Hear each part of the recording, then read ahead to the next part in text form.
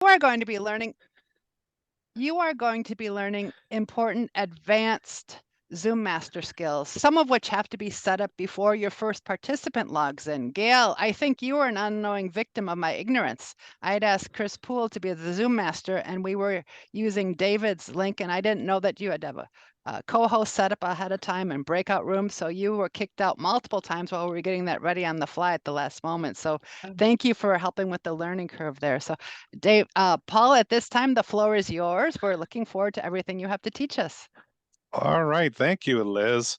Welcome, everybody. You should be seeing me share my screen with the slide deck showing, talking about being a TM Zoom Master tips and tricks. So let me see if I can advance the slide. The agenda I have on this is broken out into first going over some Zoom Master presentation technique basics that I find very effective. We'll talk about then screen layout that really helps when you're being Zoom Master, how the screens lay out on your computer. We'll talk about countdown timers, which is a fun thing I've added into many times when I'm Zoom Master. We'll talk about screen sharing best practices that a Zoom Master can help with for effective meetings. And we'll talk about breakout rooms, one of the larger, more complicated areas that a Zoom Master can get involved in dealing with. And I'll have time for Q&A at the end. But if there is an urgent question, this is interactive. I can also take questions as we go through, but if it's more involved, I'll push it to the Q&A part. So the beginning stuff is some basics on Zoom Master starting techniques, things that I keep in mind every time I'm going to be a Zoom Master. Number one is it's important to get host control. And actually, we can do this right now, Liz. I'll need host control. So whoever is the Zoom account owner has the option of going into a setting when they're looking at their participant list and selecting a person to become host. Being host is an important part of being able to be an effective Zoom master to control things like the breakout rooms, sharing options, things like that. So I'm waiting for Liz to make me a host. I should see some sort of message or pop-up on it. David, can you do that? Because actually it's David's account. David, can you make me host? And I will return by making you co-host. I know that I am one of the hosts right now. David, are you there? Can you confirm that? Okay, you're now the host. It just popped up on my screen. All right, now I'm the host. I'll make David the co-host in return so that you can always take it back or otherwise control it. What happens is there's a pop-up for that, like that. So one of the first pieces is really getting host level controls so that you can do things in the rest of the Zoom meeting to help out.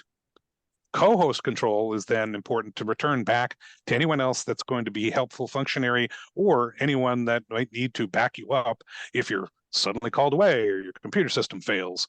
It's important to have co-hosts. So don't just take host and then never give anybody else co-host control or they can't run the meeting or take it back. Then camera on. I'm a big fan of when being a Zoom master, being the master of ceremonies, kind of the sergeant of arms that was in the physical room. So I turn my camera on. I make myself very available and a person who can make people comfortable with the virtual environment they're coming into.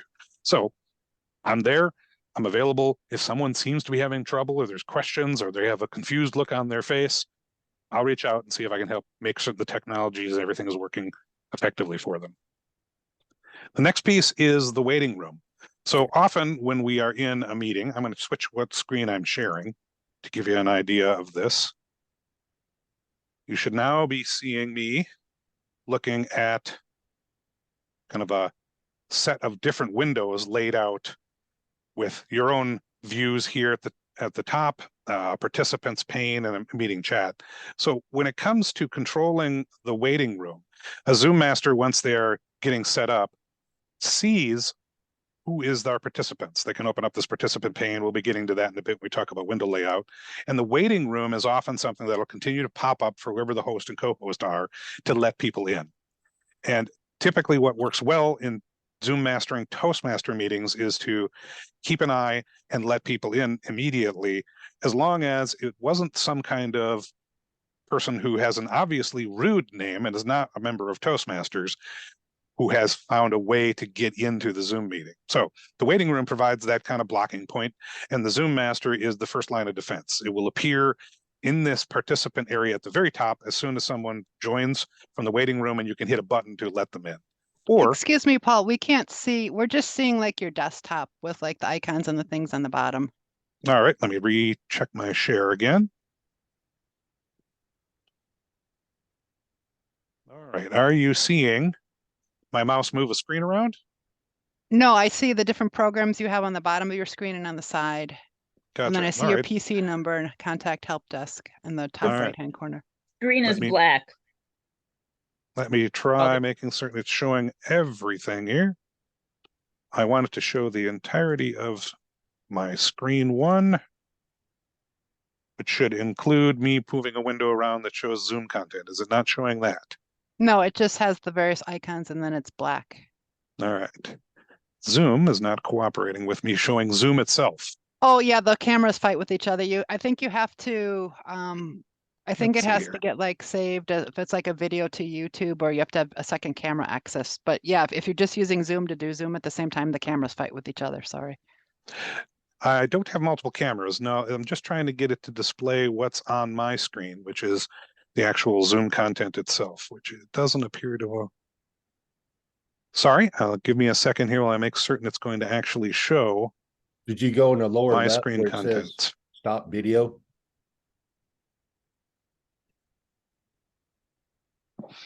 Let's Did you see, hear I can David turn off. Taylor said lower left? Yeah, said I stop heard you, video? Dave. Stopping my video, I've done that, but Well, I mean, it gives you a choice of what camera, I think. yeah, I'm not trying to show a different camera view. I'm trying to share what's actually visible on my screen, and it fits. Zoom might be choosing to not like. Are you seeing? Let me see here. Are you seeing a big OneNote or Notepad Now your document? notepad is coming up. Yes. Yeah. See the rest. The rest of the Zoom screens, Zoom is refusing to show them, which is concerning. I haven't had to do that while being Zoom master. I haven't had to show Zoom in the meetings. What it's doing is it's not showing all of the screens I've made available on my desktop. So let me check here with a little technical issue, because that's kind of pertinent for demonstrating Zoom features. Zoom screen. I'm going to have to do a quick troubleshooting. I'm actually doing a quick check to make certain that how do I get my Zoom windows to appear when I'm doing screen sharing. All right, so let me try the share screen again. I'll do some advanced pieces. Basic settings.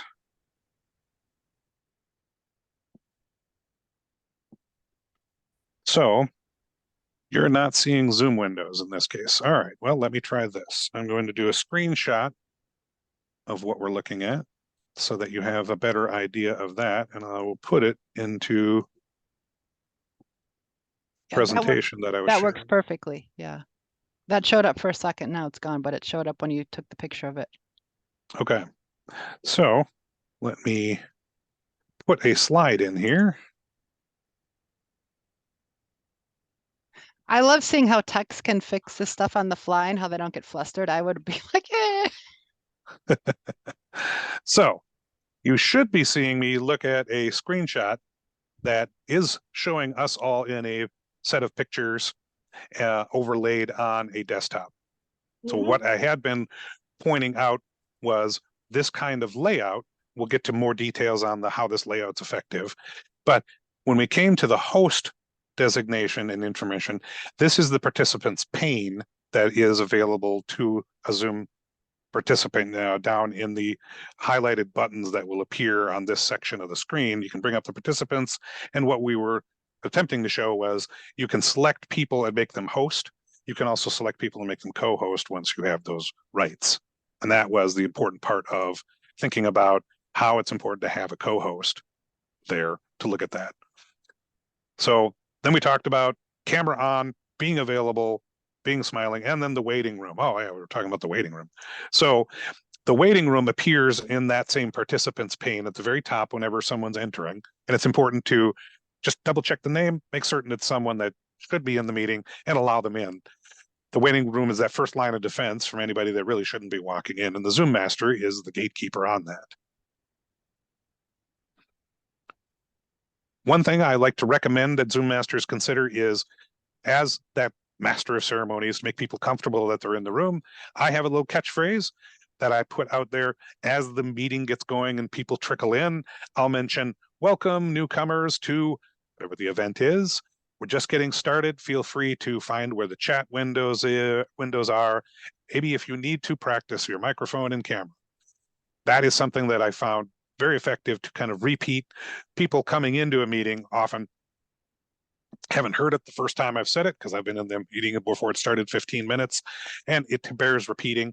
It also helps those that are in attendance recognize there's people trickling in. So if they're in the middle of some heated discussion on something that really was fine when there was only 2 people at the start of the meeting, but now you've got 13 showing up, a little reminder, welcome newcomers, and now there's other people in this room that they may not even realize. The other piece, some basics, is I keep an eye on how people are looking at and being named. One of the functions of a Zoom master during contests is to help explain that it's important when people are coming in, I'm showing my screen again with that participants pane, that how they're named matters. Especially in some rules of a contest, it's important that people don't have too much information in their name that would jaundice or influence the judging and the criteria of a contest. Many meetings you run, this isn't that big of a deal. It's not that important. People can have whatever is appropriate, but a Zoom master is part of the role of looking at these names and suggesting people either change them, reaching out to them, or the Zoom master does have control of renaming people in cases where someone just doesn't seem to be able to figure it out. Next idea is, I like to encourage Zoom masters to give ample opportunities for people to test their mic and their camera and give them feedback. One of the things I've found as people get more and more familiar with this, they aren't always sure that they're set up well. They come into the meeting, they wait 15 minutes, their spot comes up and they're not ready because they didn't realize their mic is completely not working. So after I'm welcoming newcomers and checking the names, I also might mention, welcome, welcome. This is your opportunity to test your mic and camera if you might be speaking later. Feel free. Meeting hasn't started yet. We're all welcoming here.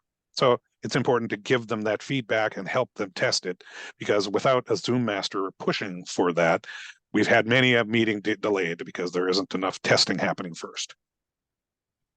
Next recommendation I have as Zoom master is the power of muting others, the importance of doing that, so proper meeting function. Back to that screenshot, that same participants pane has the controls when you're looking at someone to mute them.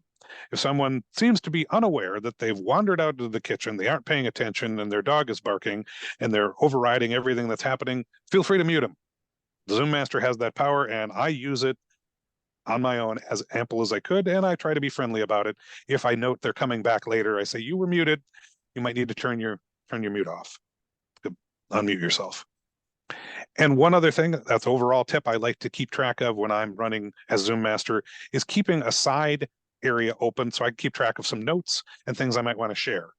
For example, let me drag over here for you to see. I just have Notepad open for some comments that I might want to keep track of or highlight again. Sometimes this highlight note is something I'll put into the chat just to welcome people that are new to the meeting, and I'll have it all set up, just copy and paste into the chat window. I'll just go over to my little side window, and this one says, welcome to the meeting, newcomers. We'll be starting at 8. Feel free to test the chat, unmute and say hi, and I'll pop that into the chat, and I might do that 3-4 times before the start of the meeting. I might have some text here that I'll copy and paste once we get to the breakout room section to remind people of the breakout rooms are closing. I might have collected notes that people have shared that later they're like, can someone share that note? And they're unmuting and they're disrupting the meeting. As Zoom master, I'll just try and collect as many links and shares that as I can. I'll pop them into the chat over and over again to help out those that are really looking for those links. So having a little side notepad over to the side so that you can keep track of notes that help copy and paste. You don't have to retype every message you want to say. Is very helpful. Those are the basic techniques. Next, we're going to talk about effective screen layout. So what I've found in this, and this is going to be a little harder since I can't seem to get it to share the screen directly with you live. We'll keep referring back to this screenshot. The key I want everyone to think about is find what works for you and make it consistent as you do more Zoom master-like duties so that things aren't where I hunting and pecking. Where is that again? So this screenshot is an example of how I've found effective to lay out the Zoom screen. I like to have the section for people effective somewhat near the top, and I make the Zoom window not take up the entire desktop. I take it out of full screen mode. Often you might need to hit escape to get it to not take up your entire screen. And I've found that over time, as people share screens and then stop sharing, Zoom will take over and put you back in full screen. And I've had to take myself out of full screen mode and return myself to kind of this view where I put the view of people's faces in a gallery view somewhat near the top of my monitor so that it's close to where I line when I'm looking at my camera. Then I open up using the buttons, the participant pane, and you can actually set that to be a separate little window. And I size it so that I have it later on the right side, showing me as many names as I can. If I have to scroll up and down to find names, it's right there. You can search for people with a little search at the top. And then I put the chat and I resize it as a little separate window down here at the bottom so that I can keep an eye on what's happening in the chat window at the same time that I'm running the meeting. And I have access to all these buttons to unmute myself, stop video, or access breakout rooms. So this basic layout helps me really get and I keep it consistent, a good sense of where things are at as I move through the rest of the meeting. So the critical Zoom windows we talked about, that participants pane is available when you are in the participants pane button. You have that option if you look at the pane in these three dots here to make certain that it breaks out as a separate little window like this, rather than attached as it is always to some kind of main frame. I like having it separate. That way I can resize things as needed to make it fit on my screen and look at everyone. The other suggestion was the chat pane. Similarly, I like to have that visible right alongside people's faces to keep an eye on things. And I like to be able to resize it in case there's not many chats or there's a lot of chats. So some Windows layout tricks that might help you as you're a Windows user. Many people are using Microsoft Windows to manage how things lay out. I can drag windows. You may be seeing me drag the entire presentation window around, and I can resize it.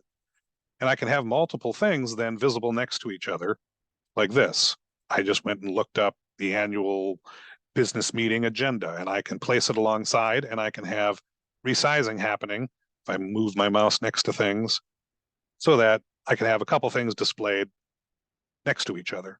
One of the tricks that comes up is this snap to the side. If I grab a window like this one and I bring it toward the side of my monitor, it highlights a little bit right there and snaps so that it takes up half the window, and I can select what else should take the other half of the window. This is very effective for dividing things equally in half between two things I might want to display. And you have the option of still resizing. So I can make the one on the left a little smaller if I want the one on the right to be a little bigger. So that snap to the side is a nice feature that exists in Windows to help control display of how that goes.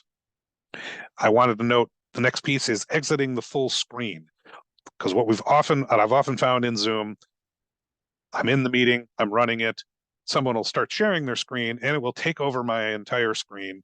I have to hit escape to return it to it's not taking up the full screen so I can resize these windows again. So that is a very useful feature for me to use, and I've found it helpful telling people about it.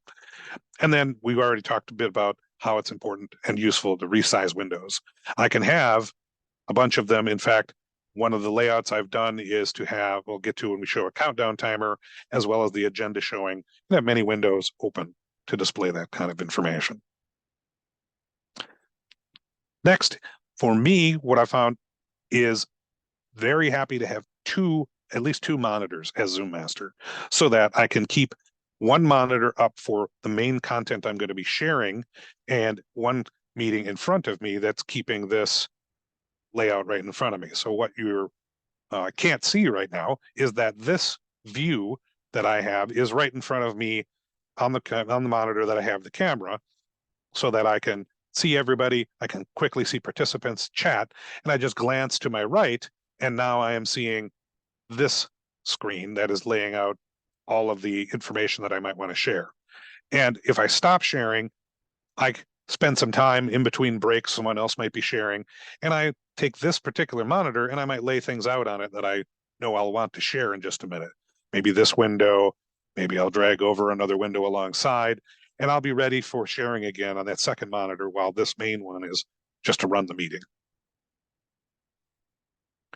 So 2 monitors is really very effective so that you have enough space to control it all. But if you don't have 2 monitors and you're only really dealing with single monitor, we're back to some of the tricks that were listed above.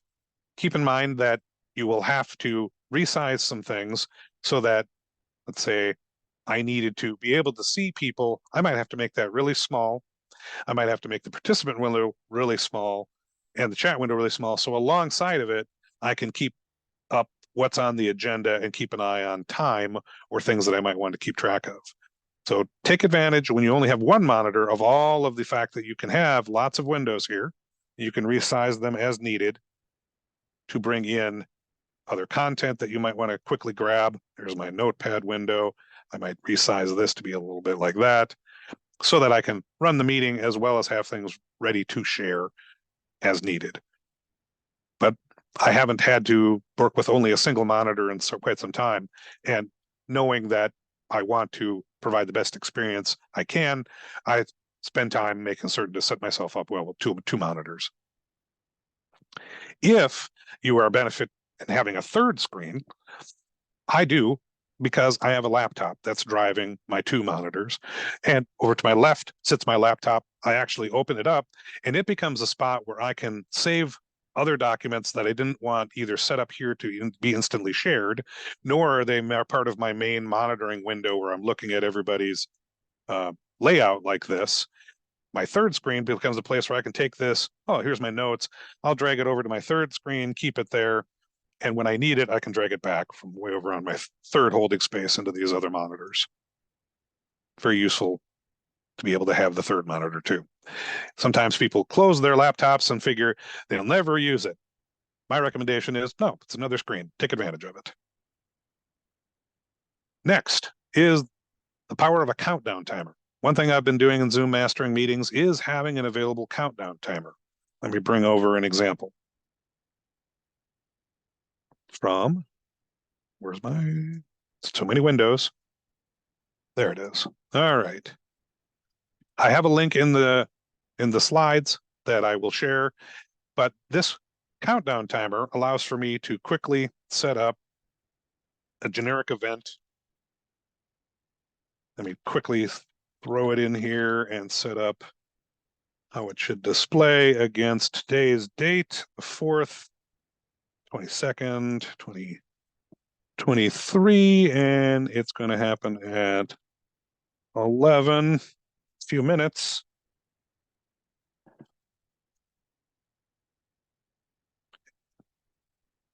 It looks something like this, creating a countdown timer. And I really like this one because I can set these buttons to make it full screen. So there's no other than knowing parts of that web page visible, and I just have my countdown timer telling me when the next event is. And I can quickly edit this and switch up what it says. If I'm in the middle of the meeting and I know break is ending at a particular time, I can change that, change the time, and reset how it displays. Having a countdown timer like this available during breaks is really very helpful. A common way that I've set up my screen, this is a little large, I'm gonna make this a little smaller. Break is ending, I'll make on the right side, the agenda for the meeting. This is the April 29th business meeting agenda on this side. I'll make them next to each other. I'll start sharing my screen as break starts. That allows for the idea that as people are being given some regular feedback that their break will be ending soon, and it matches up well with what we used to do in person is might have a counter in the room, be back here in 5 minutes. So having the screen be set up this way, and as the Zoom master, I'll share it in between speeches or as needed to keep things on track against the agenda that we've got going. Now, a couple notes I had on that is the goal here is to provide a good, keep the time moving and provide that great room experience. Don't offend your main Toastmaster if they're much more like, oh, I don't want the time pressure of a counter, or no, we have an official timer for that duty. Certainly respect what the owner of the meeting wants, but I've found a lot of great feedback. People really appreciate keeping an eye on that time, and the Zoom master can have a really integral part of that. I often run through it during the meeting and adjust the next time when others are speaking, if that helps when the next break comes along or next share. And then an advanced thing that someone I recently have been adding into some of my meetings is to have, while that timer is running, having a trivia scroller that is also running. So imagine that we've hit a part of the meeting where there's going to be a break. I set up a countdown timer here, try to make it as large as possible to make it visible. I've got the agenda right here that people can refer to. I get ready to share my screen, and I will also bring in from YouTube trivia questions, loop no search for, sometimes there's fun ones out there. And this one I've used a few times. I set it up. That is a full screen, sorry. I set it up and resized it so that it just displays the main questions, not too big, not too small, and set it up here next to the, like this. So now, as people are waiting for the break to end, they're able to sit here with us if they don't want to wander away, and they can be entertained by some trivia. It often, I've found in the room, people are end up engaging with each other during the break period, swapping some stories and congratulating each other and getting the trivia right as it just kind of scrolls through different trivia questions. It's kind of fun. The next advanced piece of that is to also share audio. If you had some light background music on another screen, like I have opened up a different YouTube video and it's playing some music, you can actually change your sharing settings to include audio. You should now be hearing audio come through.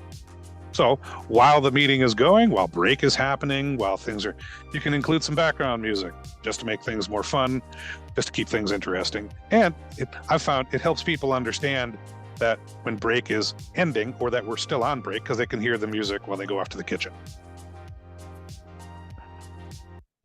All right, let me turn off the sound sharing in case there's other sound system noises that make their way in. So that layout is really helpful and kind of more advanced. Throw in a couple more windows, advanced tip, we have the trivia scroller. The key is when using the countdown timer to try and make the meetings more effective, have fun. Stay on camera, smile, be available, and help it along. If the timer's getting down to the point where there's 2 minutes left, I have no fear. I will unmute and I will say 2-minute warning. If any of you are out there in the kitchen, I know you can hear me, 2-minute warning, and let it go back to the rest of the countdown. As it gets close, I like to remind people, we're Toastmasters. We want to keep moving and stay on time. 30 seconds, keep it fun. Don't trip over your pets on your rush to get over here and turn your cameras on. And that gets people coming back in and excited to rejoin so we can keep the meeting moving. Screen sharing best practices. Like we talked before when I was showing screen layouts, it's important that I keep that one screen set up, defaulted to allow, or no, number one tip is actually, I recommend that we allow the meetings to be configured so that anyone can share anytime. This makes it so that there's less overhead for a Zoom master or anyone to go into settings and have to say, well, no, I got to make somebody a co-host in order for them to be allowed to share. It's a lot of nitpicky configurations. There is a setting in Zoom where you are under the share settings to say anyone can share at any time. This is generally disabled or not the default because they're concerned that someone will interrupt someone else. We're all professional or quasi-professional Toastmasters here. I've never had a problem with that. So the first thing I do is I go allow anyone to share at any time.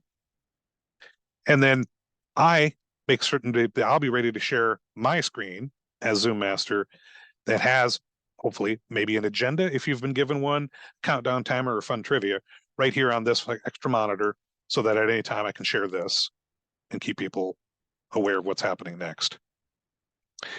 As Zoom Master, I feel it's important to be on deck so that I can give others instant feedback that their share is working or not. Often people who have been tasked with being ready to share or do a presentation, they're like, okay, is my stuff working? I take it on myself as Zoom Master to be the person who will most likely give confirmation, keep them moving, not wait for someone else to unmute. I also like to recommend anticipate. If others will be sharing coming up in the meeting, you might need to pressure them or push them or encourage them to test that.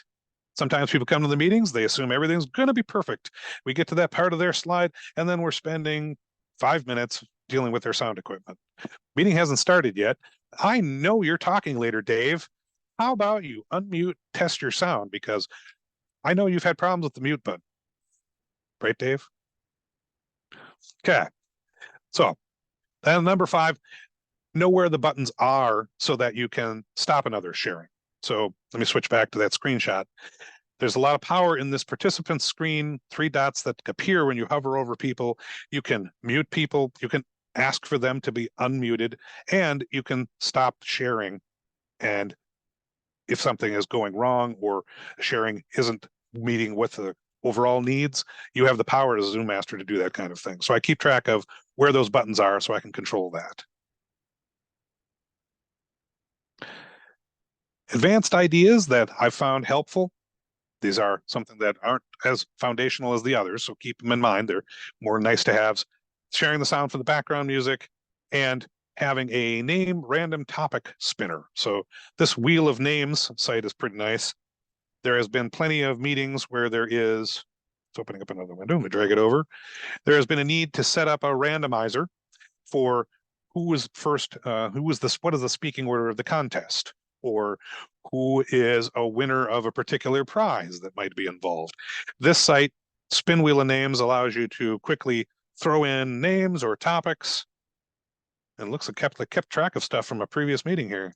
Look at that. Hi, Liz.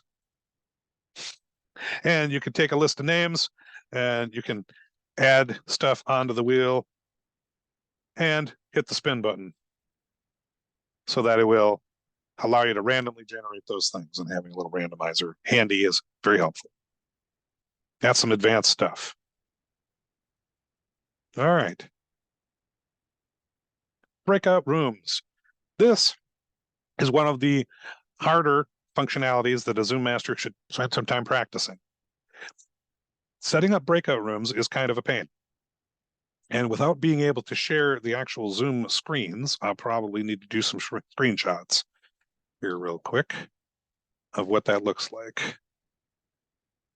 Add a slide.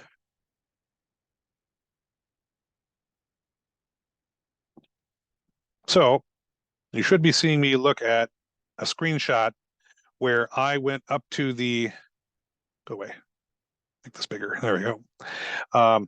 I went up to bar and the 3-dot menu in Zoom and went to highlight breakout rooms so that I could control how the breakout rooms area comes up. And what that, are you seeing a create one breakout room? Or is it not showing a pop-up of create one breakout room here in the middle of the screen? Dave, pay attention. I'll be out. No, we can't see it. All right. So yeah, I'll do a we screenshot real can quick. see the blue breakout rooms, but we don't see Okay. the one in the center of your screen. Yeah, Zoom is refusing to show itself. All right, let me add that in here. When I click that, it pops up a window like this, where it's going to create one breakout room, any number. There are options here. By default, it assumes that you're creating breakout rooms that are going to automatically assign and break everybody out into an equal number of breakout rooms, kind of just a blast distribution. I have never used that feature. This is never how breakout rooms have ever worked in a Toastmasters meeting. Often I use a setting like this. I'll take another screenshot where I am selecting. I create a number of breakout rooms and I let the participants choose the room. This is most often works well for those cases when someone is really trying to get a better sense of how in future they want a breakout room for each division. They're not sure how many people showed up, so we only need 3 rooms. So you kind of work that out. You use this feature to set up 3 or 4 breakout rooms and let the participants choose a room. When you hit that, what it creates for you to work through is a screen like this.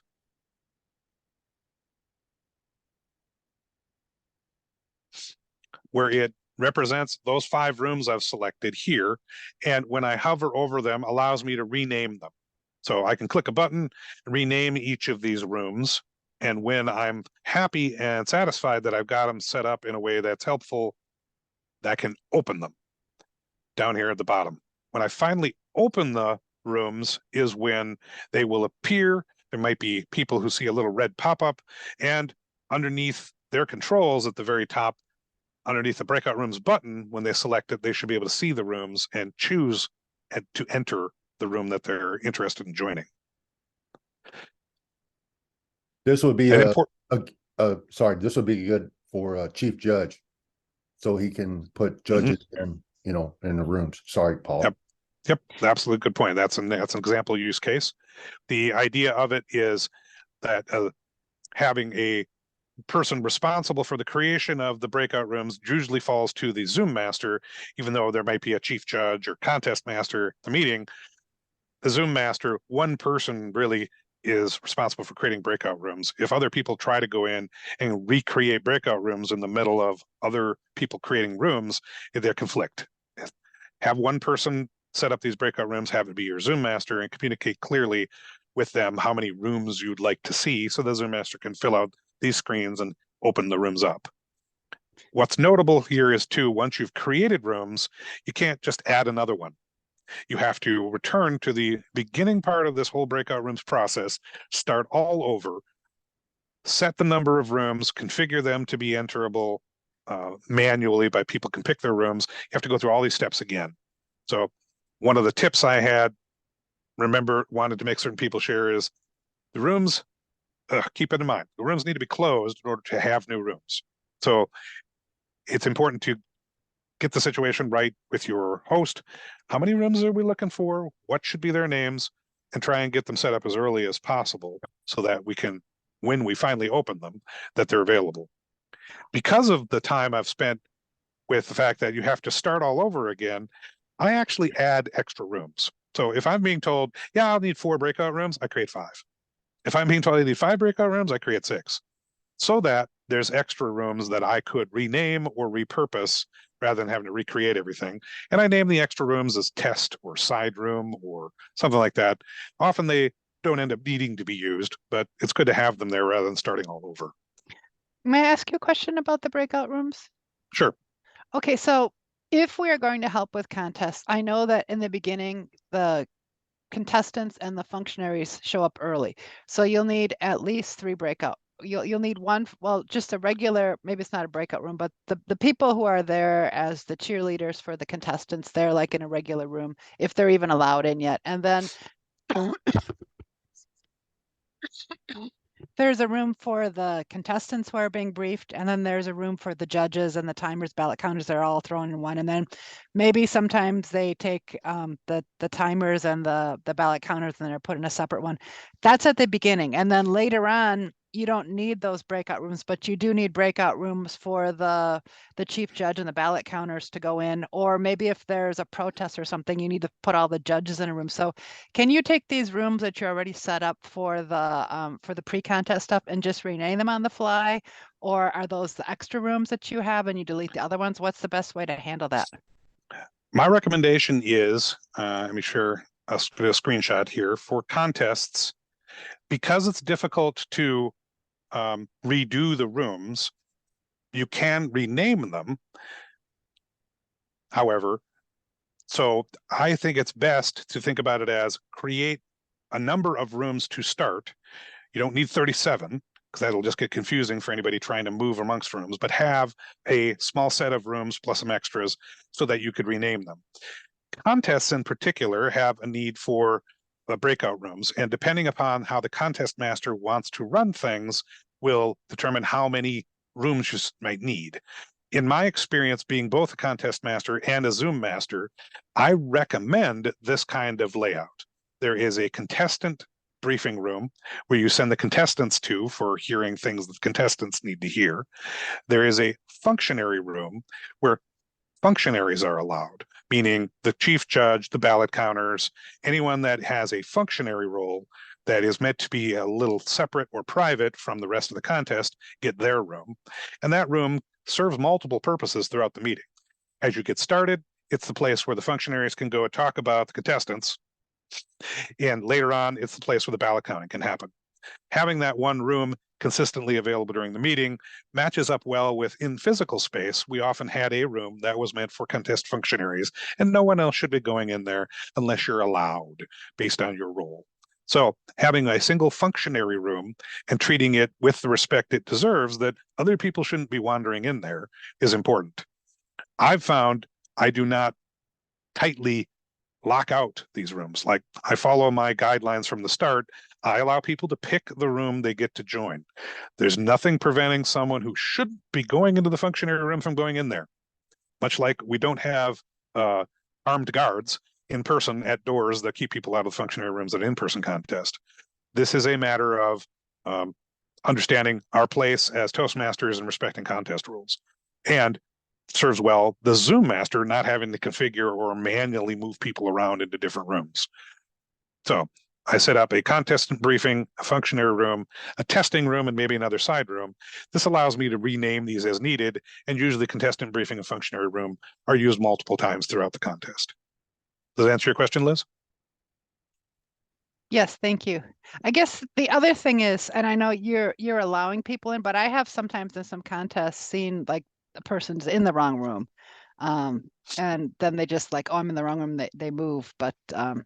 And I've also, I know, and Chris Poole is my Zoom master. She wanted a list of every single person who was coming to the contest as a functionary, so that if they got kicked out, she would know to let them in. Because a lot of times once the contest starts, they're really picky about when people get let in or not. So. Yeah, I've seen that before, and it's certainly the contest chair's purview to have some modifications to these rules. I have found what's effective is to, for the flow of the meeting, not to get too bogged down into, I need an exact list of names, I need to control which rooms they go in, I need to have that. That level of control has not worked well for meetings I've run, nor contests I've run. So I respect Chris and her desire to make those kinds of things effective. She's wonderful at it. I'm not doing it when I'm Zoom master. Thank you. All right. Now, when it comes to time for the breakouts, what I like to make certain is we often are getting into meetings and someone's like, okay, maybe let's do some breakout rooms. And they're right in the middle of the meeting. And this would be easy if you're in person, just wander over to another side area of the corner. Here, there's a lot of, well, wait a minute, we got to set it up. How many rooms and how long will they be gone? Because it's hard to communicate with them when they're somewhere else in these breakout rooms. So once the person who's looking for breakout rooms starts talking, I start to let them finish what they want to say, but I'll say, okay, before we all disappear, how long are these breakout rooms going to be available? How many do you need? And I start setting them up. Before I hit the open button and start encouraging people to move into their breakout rooms, I remind them sometimes they have been given a cheat sheet to work from. An example of a breakout room session where they're given, hey, let's all go into our breakout rooms, talk about what's happening in our district areas, and then come back and report. Okay. Were they given questions? Were they given a list of 5 things to cover about each of their areas? If that list was posted into the chat or screen shared earlier, when they go to the breakout rooms, it's no longer available.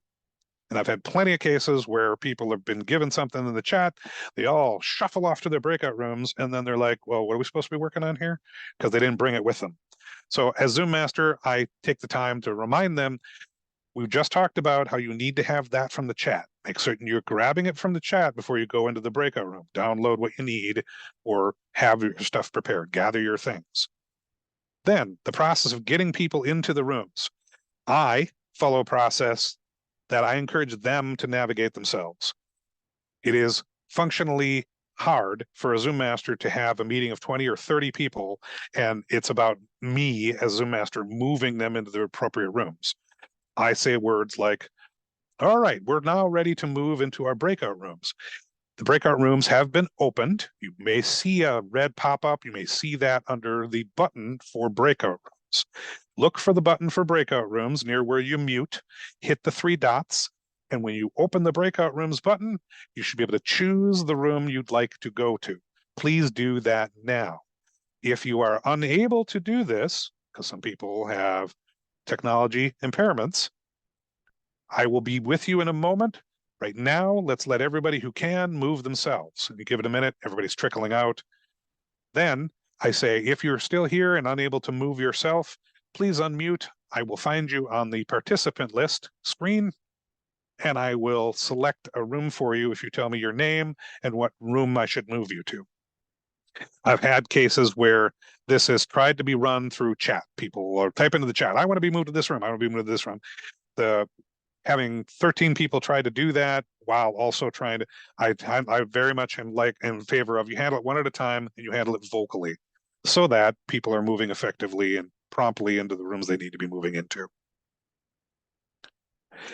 While they're in their breakout rooms, I feel the Zoom Master has a great opportunity to help keep the meeting moving and keeping things on time by using a broadcast feature. Let's see here. Once I've opened the rooms, let me show you a screenshot of what that looks like. It just popped up with the rooms. We saw that. Sure. Rooms in progress. Did it go away? No, it popped up on the screen like we could pick a room. Oh, I see what you mean. Yes. I'm going to use a screenshot of it so to highlight my points. Go to this screenshot here. I opened the rooms. So what you saw was, oh yeah, the breakout rooms are available. What I see as the controller of the breakout rooms looks like this, where people haven't yet gone into rooms, but yet the rooms are down below and they can hit join to join the rooms that they're in. Also, as the host and co-host, I believe, have this broadcast button. This allows for me to click a button, it pops up a quick chat window, and in that chat window, I can put messages that say, the breakout rooms are going to be closing in 5 minutes. The breakout rooms are going to be closing in 2 minutes. Please wrap up. The breakout rooms will be closing in 1 minute. Look forward to seeing you back in the main room, so that people are kept on time. If they're busy in their breakout rooms, I'm going to close the breakout rooms at the time that we need so that everybody gets pulled back into the main room and we can keep the meeting moving. Those are my recommendations for best practices around use of the breakout rooms. There are a lot of steps, a lot of practice has gone into making them most effective for everyone. So take the time to try them out in your own Zoom meetings and get some sense of how to best help people move around between them and get in the ones they need. Let's wrap up and open it up for questions on any of that I've been talking about. We talked a bit about the Zoom Master presentation technique basics of just being a host, keeping an eye on things, and being that master of ceremonies. We talked about effective screen layouts that would allow you to be able to look at all the different pieces of the Zoom and keep an eye on it. We talked about the power of countdown timers and adding things to share and keeping things on agenda and being the helpful master of ceremonies. And we talked about screen sharing best practices that allow people to share, as well as the Zoom Master's responsibility to make certain people are thinking about their own equipment and testing it. And we talked about the complex nature of breakout room setup. I'm open for questions on any of this. What do we got? No questions? I answered everything perfectly. I have questions. Do you want to stop your screen share too so we can see people better? Sure. Okay, and do you Screen still want to sharing be, works. do you want me to, I'll take the spotlighting away too. I have a bunch of questions, but I'll wait and see if anybody else has some first. Sure, go ahead. Cassandra's your hand up. Is that a new hand? It is. I wanted to know, when you do this, is there something written up somewhere when you decide you want to try working this next to someone the first time to learn your way? I mean, do you buddy up the first time? You're not just thrown into that, are you? For there isn't a published like official materials. What you're Okay. seeing here today is a set of slides that I put together myself this past week. And I'll be sharing it. Actually, I'm going to grab a link and I can share it to the group in the chat so that you could use this same set of notes from this slide deck to help you build it out. I have had people ask for this kind of feedback and miniature training in a way. And I'm happy to, if I have time, people reach out to me and like, we do a dual Zoom master. Can you come in as the main Zoom master and you're training somebody else during this upcoming deck meeting? Absolutely. And then I'll get with that person and share notes. So it's certainly something that has come up. I have found that I'm not available for all the requests. Correct. But this represents a way to try and spread the knowledge. And I know this recording, I've asked Liz to make this recording as widely available as she wants, as helps anyone. Thank you. I appreciate that. Any other questions? Yes, I had my hand raised. Yes, what do you got? So full disclosure, I'm the evaluator, but I did have a question about two things. One, your presentation intent. So is your intent to be helping Toastmasters come up with a standard operating procedure? And again, no criticism is intended, merely as an observation, but there doesn't appear to be an SOP on anyone setting these things up. Number one. Number two is, do you have an interest in monetizing this kind of information to a wider audience? Number one, this is not designed to become official policy or standard operating procedures. The intent of this speech and coming here to present it was to be informational and sharing what has worked well for me as a Zoom master based upon many times running and being Zoom master at various meetings and contest events, not a standard operating procedure or official guidelines in any way. More tips and tricks that are meant to help those who will be doing this kind of duty in the future. And second, I do not currently have any interest in monetizing it. I would like to make it as available to anyone who wants to know it, free of charge.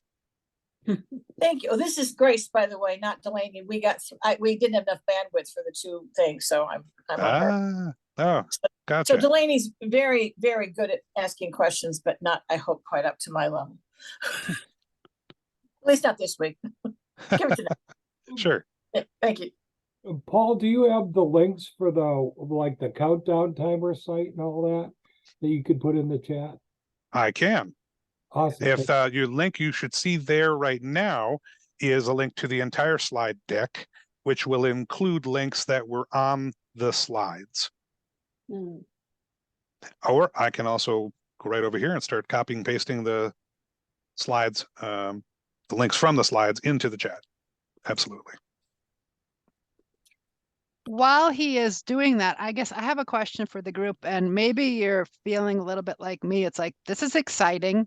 I'd like to try it. I would love to help, but maybe it's too scary to try it at a contest where there's a lot at stake. But how many of you think that if we could find a way to have some practice sessions or maybe even an extra practice meeting where we worked on breakout rooms and countdowns and things, how many of you think that next year you might want to possibly be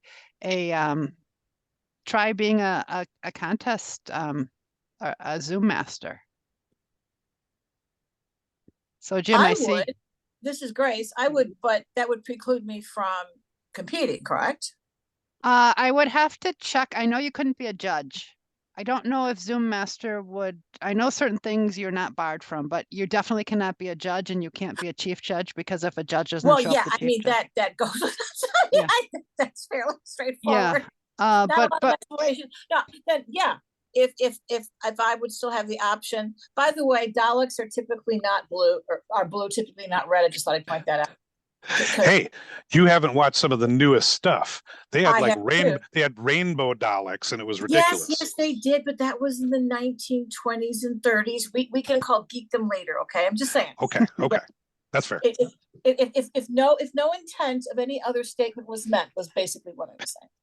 Now back to the real world. What were we talking about? Yes, I will be. Yes, I will be a. I will be a Zoom master. Yes, count me in. I will do it as long as I can compete. Yeah, and I can check and find out. And right now, it kind of seems like, I know, Paul, you're tapped a lot. I know Chris Poole has helped at almost any contest, and she can work in any role. And a lot of times she gets tapped as Zoom Master just because there's so few people who know how to do this. Paul, have you ever used this somewhere else, like in another group you belong to or work? Or tell us about that.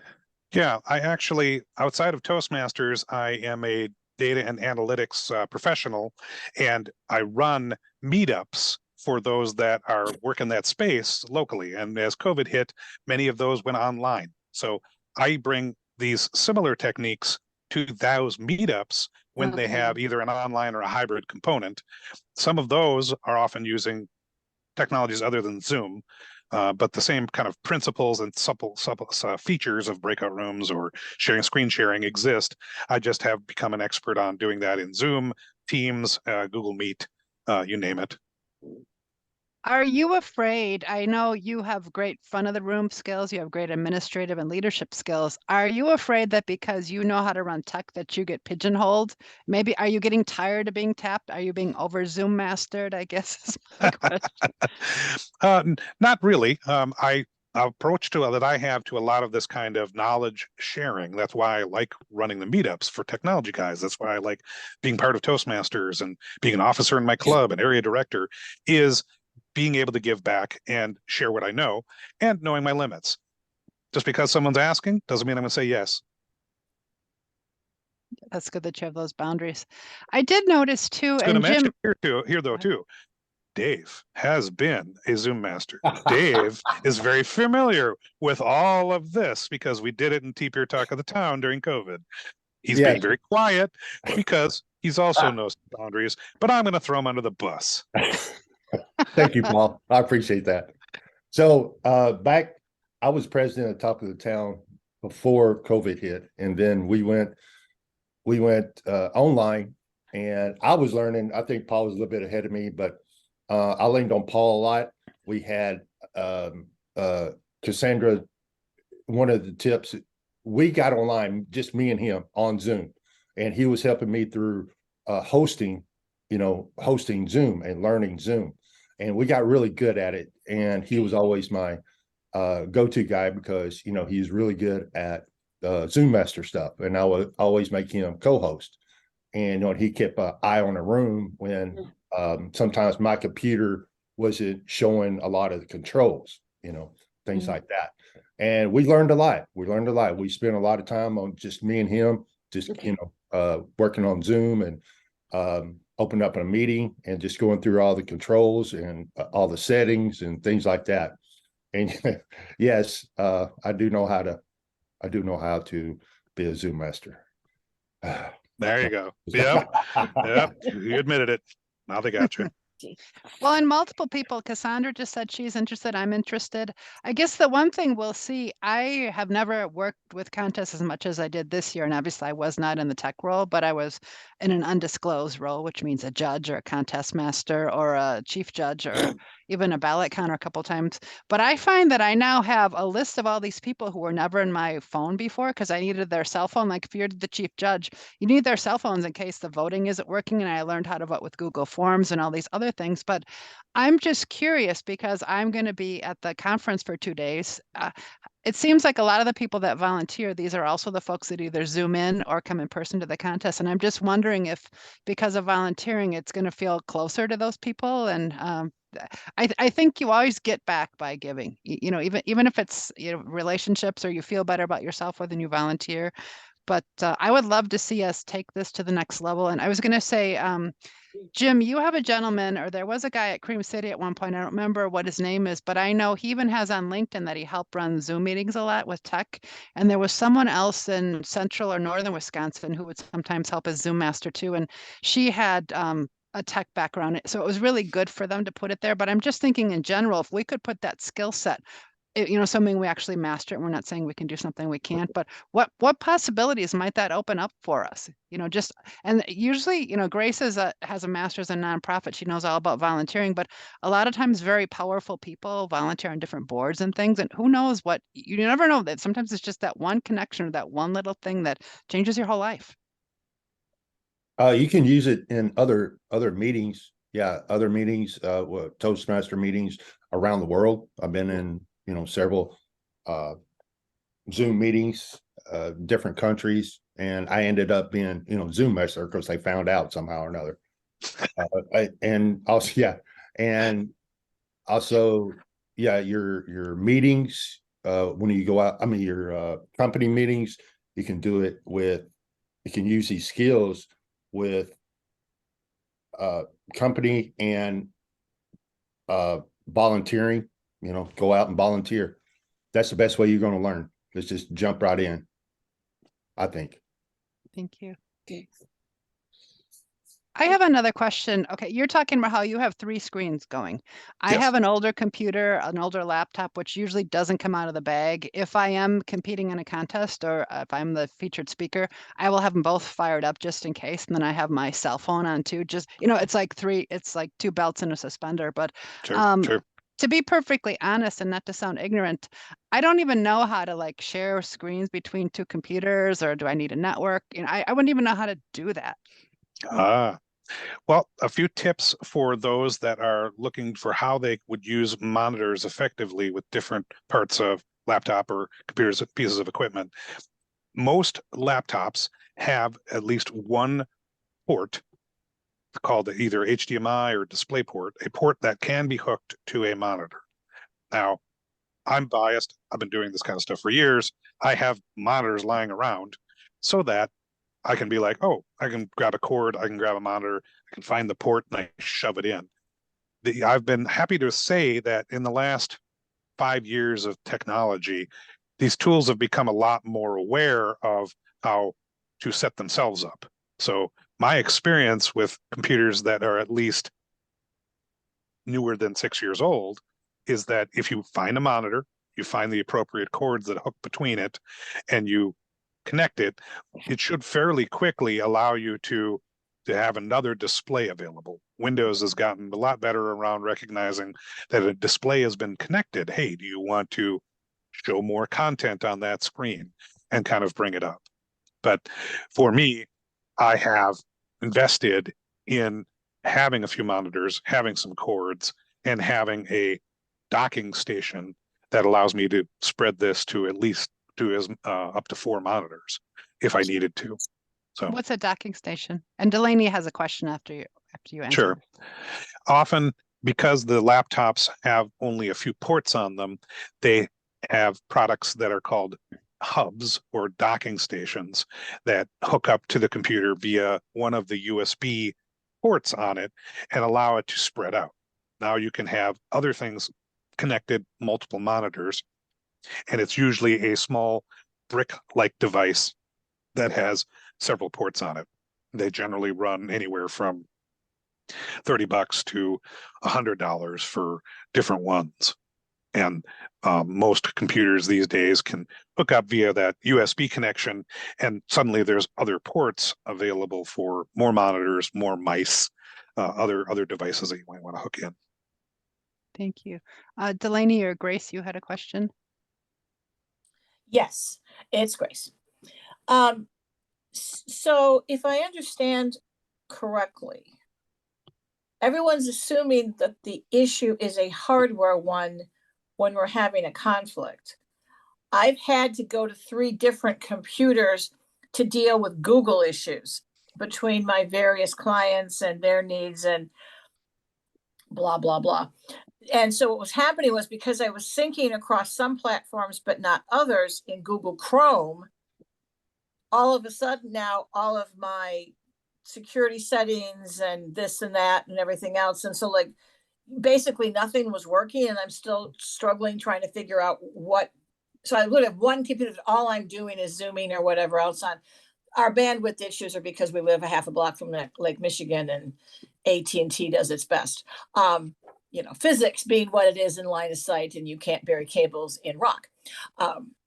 That's a whole separate issue. So if anyone is having problems with that, and or if you're on a Mac, so right now I'm using Delaney's iPad Pro Max, and so there's also an issue because Zoom on this is not, well, it's real Zoom, but it's not real Windows-based Zoom or Chrome, or if you're on like a Chromebook, which is even a different platform.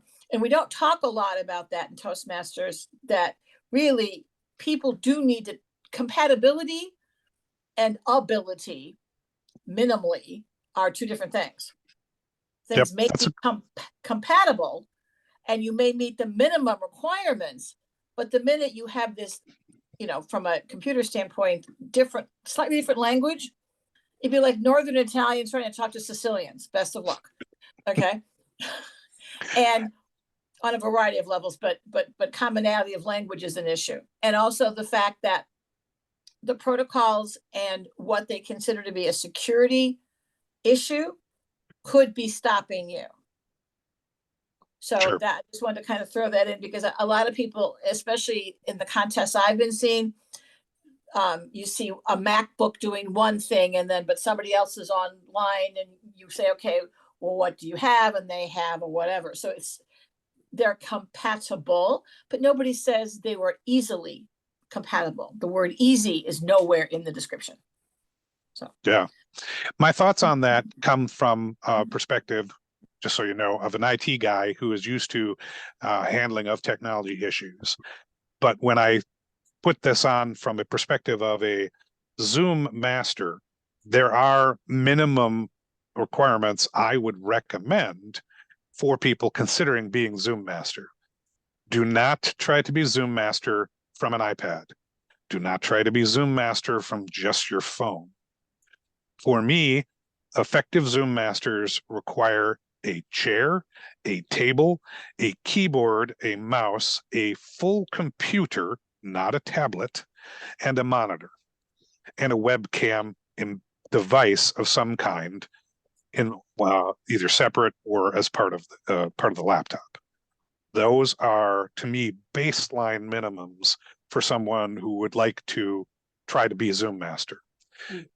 Keep in mind that also does not affect the fact that a Zoom master does not have much ability to help with standard connection issues.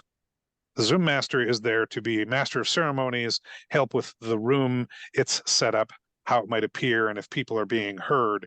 But they have limited ability to really provide any technical troubleshooting.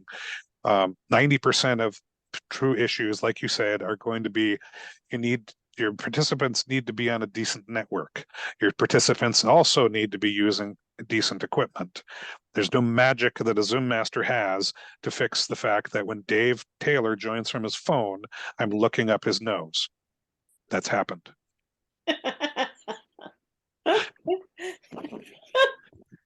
Yeah. Oh, that's funny. Let's get a good another look, thing is- everybody. Another thing is, a Chromebook and Zoom do not play well together. So if you have a Chromebook, I learned that at the beginning. I had to go out and get a different computer so that I could effectively run meetings.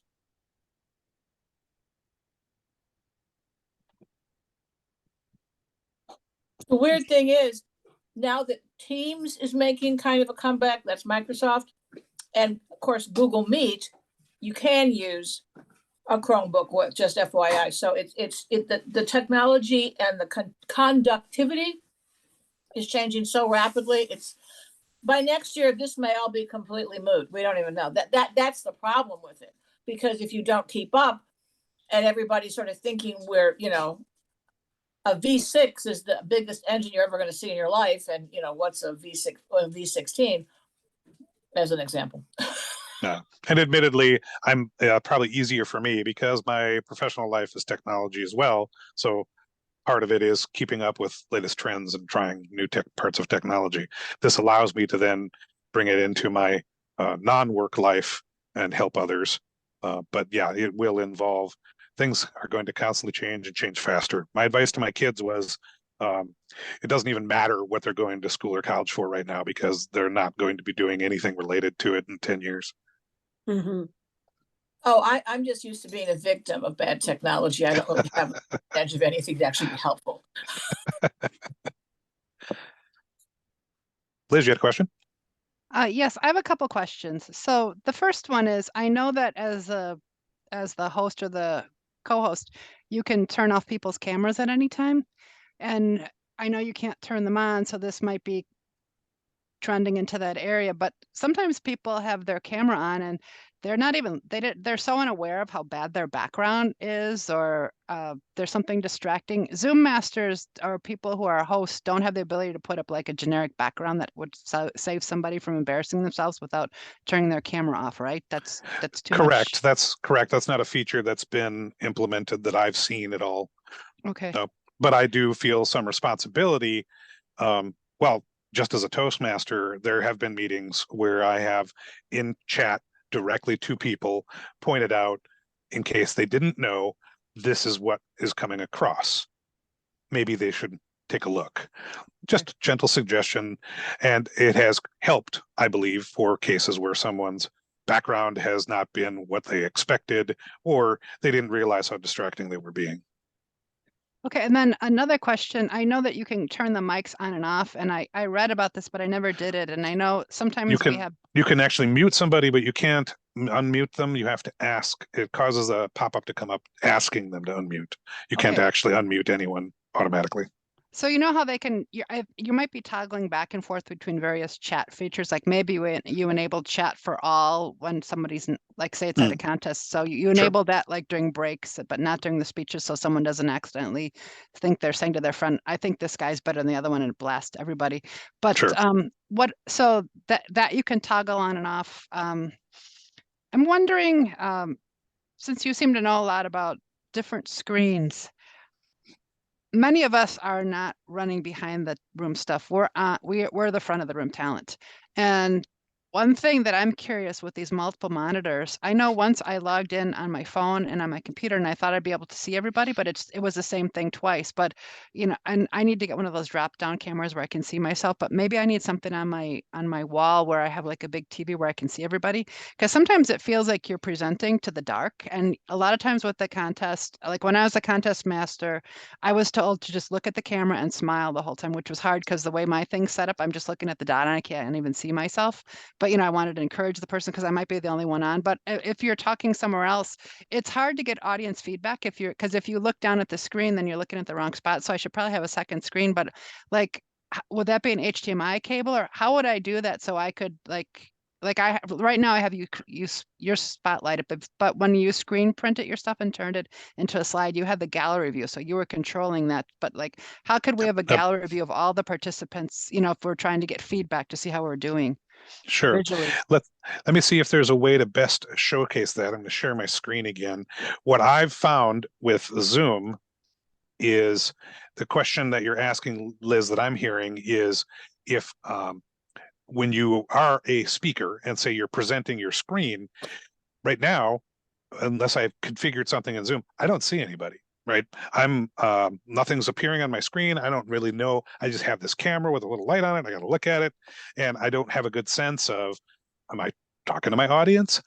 And I miss, because Zoom basically went, well, now you're presenting, so you don't want to see anybody. And it took everybody away. There's a feature in Zoom to turn on. Let's see, I might have to, since Zoom doesn't like sharing its own screens. Let me see if I can make a screenshot of the settings. But deep in Zoom's video settings, I think, is, I might have to look this up and find an article to send in a link, but basically inside Zoom, there is when I'm sharing, can pop up another window that shows the meeting. So I have, let me do a big screenshot here. And I'll put it into this on a new slide. Try and make this as big as I can. So really there's a screenshot here. I'm showing 2 monitors worth of information in this one picture. On the right side was the one monitor that you saw that I was sharing. And here on my other monitor, I've told Zoom, have another window pop up that shows me people. And I put that on the monitor near the camera and I size it, I drag it around and I get it to point so I'm looking at people's faces. I'm looking close to the camera eye line, and that gives me an audience, makes me feel like I'm standing in front of a room because now I can see your face, Jim's face, Dave's face. Over here on the right is what I'm sharing. So that is a feature that Zoom has, but you have to turn it on. 2 windows? Do you have to have 2 monitors to do that, or can that be all fit in one? It can fit in one. Yep. Okay. But what happens then is then you get something more like this, which what you're trying to share becomes also what is visible to others. And so it's not quite as effective if you were hoping to maximize your audience's experience. You want to maximize what they see, not what you see. But good question. I'll find a link on how to turn on that extra screen for you, Liz, because basically I had to go I just did a Google search, Zoom when sharing still see audience type stuff, and then it brought me to a link. It's buried somewhere in the Zoom options so that when sharing, I want to still see another window of everybody, because I hated that as a default. As soon as I shared, it took everybody away. Thank you, Paul. I know what you're saying. We are at 11:50, so we have 10 minutes to go. And I know that Grace has an evaluation ready for you, or she's working on one. We'll give her like a minute to work on that. And everyone else,